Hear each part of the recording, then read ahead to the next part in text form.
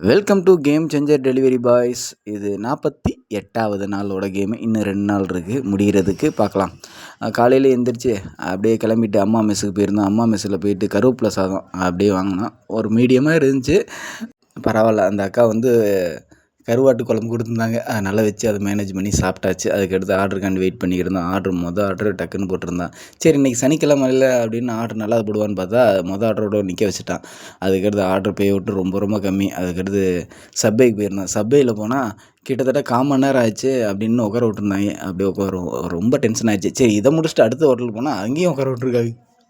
அங்கேயும் உட்கார விட்ருந்தாங்க. அதுக்கடுத்து எல்லா ரெஸ்டாரண்ட்டுக்கு போனாவே லேட் ஆகிடுச்சு. என்னன்னே தெரில, ஆர்டரும் அந்தளவுக்கு வரவே இல்லை. அப்புறமேலுக்கு மாலுக்கு போயிருந்தோம். மாலில் போயிட்டு அந்த ஆர்டர் தான் குயிக்காக இருந்துச்சு, டக்குன்னு எடுத்துகிட்டு போயிட்டு அதுக்கடுத்த ஆர்டர் எடுக்க போயிருந்தோம். 1 பை 1ஆகவே எடுத்துக்கிருந்தோம். மதியத்துக்கு மேலே லைட்டாக பசிக்கிற மாதிரி இருந்துச்சு. சரின்ட்டு பார்த்தா அவுட்டரில் ஒரு ஆர்டர் போட்டிருந்தான். சரி, அந்த ஆர்டரை போய் கொடுத்து முடிச்சுட்டு அப்படியே எனக்குள்ளே சாப்பிட்லான்னு பார்த்தா ஒரு குஸ்கா இருந்துச்சு, வாங்கி சாப்பிட்டேன். அதுக்கு காலையில் சாப்பிட்டேன் கருவேப்பிலை சாதமே பெஸ்ட்டுடான்னு சொல்கிற மாதிரி இருந்துச்சு. சரின்ட்டு அதை சாப்பிட்டு முடிச்சுட்டு அதுக்கடுத்து ஆர்டர் 1 பை 1ஆகவே எடுத்துக்கிருந்தோம். நைட்டுக்கு மேலே சப்வே சைடுக்கு போயிருந்தேன். ஜிலேபி இருந்துச்சு, அப்படியே ஒரு 30 ரூபாய்க்கு வாங்கி சாப்பிட்டேன். அதுக்கடுத்து ஆர்டருக்காண்டி வெயிட் பண்ணோம். அதுக்கடுத்து 1 ஹவருக்கு ஒன்றா போட்டுக்கிருந்தாங்க. ரொம்ப வெறுத்தே போயிடுச்சு. இன்றைக்கி ஒரு 2000 தொட முடியாது மைண்டில் நினச்சிக்கிட்டே இருந்தேன். அதே மாதிரி தான் இருந்துச்சு போல். அதுக்கடுத்து இசைஞானி இளையராஜா அவரோட ஆஃபீஸ் கிட்டத்தில் தான் ஒரு சூப் வாங்கி அப்படியே பொறுமையாக உட்காந்து சாப்பிட்டுக்கிட்டு இருந்தேன். அதுக்கடுத்து ஆர்டர் போடலான்னு பார்த்தா ஆர்டர் போடவே இல்லை. சரின்ட்டு மறுபடியும் இன்னொரு இடத்துக்கு உட்காந்துக்கிருந்தோம். கிட்டத்தட்ட ஒரு ஆர்டர் போடுறதுக்கு 1/2 மணி நேரம் ஆக்குறான் அந்த இடத்துலேயே வச்சுட்டு. அதுமாதிரி ரெஸ்டாரண்ட் கிட்டலாம் போய் நின்றுக்கிட்டே இருந்தான்.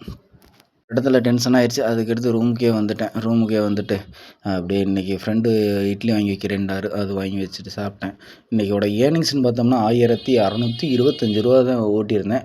ஆனால் அதோட ஏர்னிங்ஸ் உள்ளே போய் பார்த்தோம்னா 20 ரூபா, 30 ரூபா, 70 ரூபா, 50 ரூபா, அந்தளவுக்கு சிறப்பாகவே இல்லை. ஏன்னா கிலோமீட்டர் அதிகமாக இருந்துச்சு, பே அவுட் கம்மியாக இருந்துச்சு. மற்ற நாள்லாம் பே அவுட் நல்லா இருக்கும். இந்த மாதிரி கொடுத்துருந்தாங்க. சரின்ட்டு ஓகேன்ட்டு இன்னையோட ஆர்டரை க்ளோஸ் பண்ணியாச்சு. ஆஃப்லைன் டிப்ஸு சுத்தமாகவே வரல.